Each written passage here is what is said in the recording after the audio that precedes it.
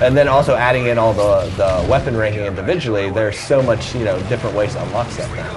So if you're just joining us again, I'm Anthony. We're here with Glenn from Sledgehammer, as well as... Sorry, I'm spacing on your name for some stupid reason. I've said it like Robert, sorry. Said it like 5 times. From Infinity Ward. I'm leaving. It's an insult to your pride, I know, I'm sorry.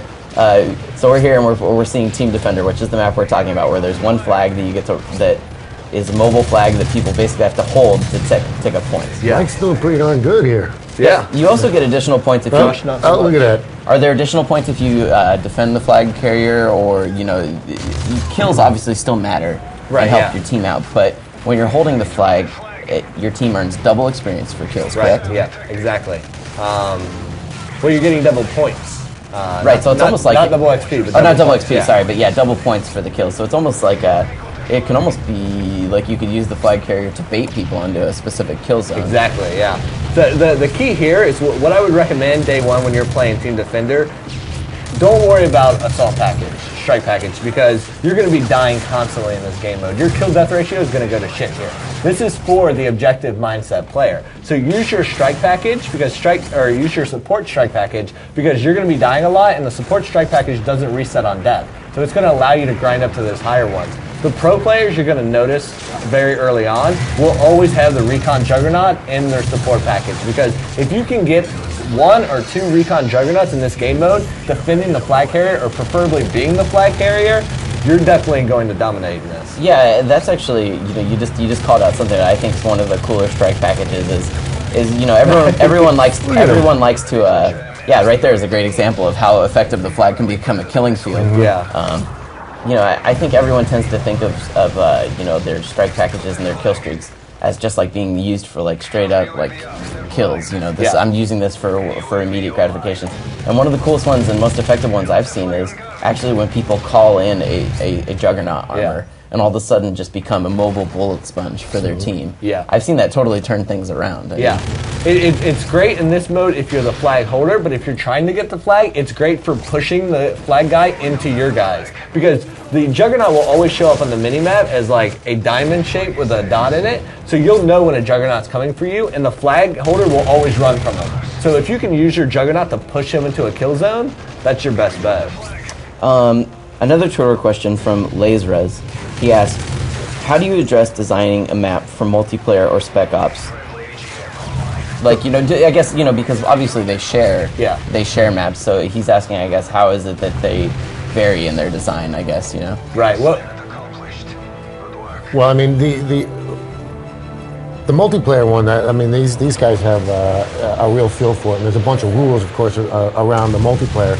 But with the Spec Ops, I know with the survival mode, if that's what they're getting into. Yeah, I guess I think they're thinking like, how do you choose having a whole map or versus like a focus on a specific section for Spec Ops rather than giving players access to the whole map. Making sure that you have a map that can work for both modes rather than. Yeah, well, I think it's first and foremost it's a multiplayer map, and once it works in multiplayer, then it's a matter of finding the right sort of spawn points for the characters for the enemies in survival mode. So it's easier to take a great multiplayer map and make it a Spec Ops map than vice versa. Yeah, because it's already designed, with the great cover points, the great sight lines, the great routes for the players. And then what you start looking at when you're designing it for Spec Ops is where you're going to place the armories, because that's what's most important. Where's the weapon armory going to go? Where's the support armory going to go? And you design it in the same mentality as you would designing for a domination point of like, can these be easily defended? Are there good sight points?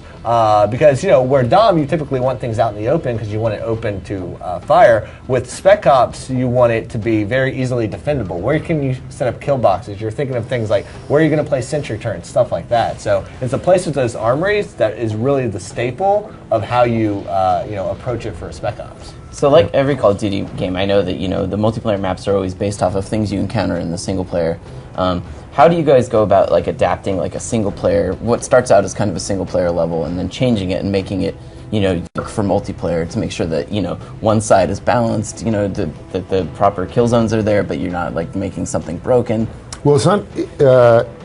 really the multiplayer maps are started from scratch. Right. I guess it's more that they draw settings. They're inspired by, yes, and they'll use maybe the same textures in some of the buildings and things like that, but they have to be designed from scratch. So now we're jumping into another Team Defender match in Seatown. Yeah, you know, and I really, having played the multiplayer for a long time, I actually think that you guys have done a great job with the sort of variety that you encounter. Like, every map feels very distinct, and I feel like there's like in this one, for instance, I would never, like, I don't use assault rifles in this one, because I feel like this one's always so close that it works to use a submachine gun, such as the guy that the live stream is on, you know, he's obviously doing. Right, yeah. It depends. I actually use assault on this class because where Mike, you see, is sticking to the inner. So yeah, that's what I typically, I hunt those inner, Yeah, exactly. If you're sticking to the outside ring, there's much longer sight lines, and like this hallway is great for, this alleyway is great for that. And you talked about the variety. That was one of the things when we sat down and started designing the game was we wanted to go around the world, you know, because it's obviously a big battle, and that's one of the great things that you know, going into different countries has allowed us is really good variety. But we also talk about, you know, is it going to be you know, day, night? Is it going to be in rain? What is it going to be like, so that we can have that variety?